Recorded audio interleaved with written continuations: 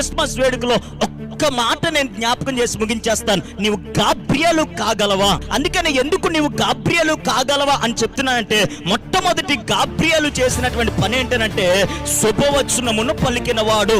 అందుకని గాబ్రియలు దేవదూత వెళ్ళంటాడు, దయాప్రాప్తురాలా నీకు శుభము కలుగును గాక. నీవు నిజంగా దేవుడిని మోసుకొని పోతున్న గాబ్రియలుగా అయితే నీ నోట నుంచి ఎప్పుడు శుభవచనమే వస్తాడు. రెండవది, నీవు గాబ్రియలు కాగలవా అనే మాట ఎందుకు చెప్తున్నానంటే, ఇదిగో యోసేపు ప్రియులారా జాగ్రత్తగా వినండి, మరియను విడనాడుదామా అని ఆలోచన వచ్చినప్పుడు వెంటనే గాబ్రియలు వెళ్ళి మాట్లాడి వారి ఇరువులను కట్టేటువంటి గాబ్రియలుగా కనబడుతూ ఉంటాడు. అంటే కుటుంబాన్ని కట్టేటువంటి గాబ్రియలు కాగలవా?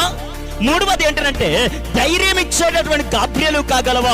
ఇదిగో గొర్రెల కాపరులు మందరు కాస్తూ చలి కాచుకుంటున్నప్పుడు దూత ప్రత్యక్షమవుతున్నప్పుడు వారు భయపడుతున్న వేళలో అప్పుడు గాబ్రియలు దూత అంటాడు, భయపడకుడి. అంటే గాబ్రియలు దూత ఏం చెప్తున్నాడనంటే, భయపడొద్దు. ఈ రోజు నీవు భయపడే సందర్భాలు ఎంతమంది జోడు చేసుకున్నా వారి దగ్గరికి నువ్వు వెళ్ళి గాబ్రియలు వలె ధైర్యము చెప్పగల వ్యక్తిగా మనం మారాలి. ఇంకొక మాట, సమాధానం ఇచ్చేటటువంటి వారు ఎవరంటే గాబ్రియల్. అందుకనే భూమి మీద తనకిష్టమైన ప్రజలకు సమాధానం. ఈరోజు ప్రతి ఒక్కరూ యేసుని మోసుకొని పోతున్న గాబ్రియల్ వల్ల ఉండాలనంటే సమాధానపు వచనాన్ని మాత్రమే మోసుకొని పోవాలి.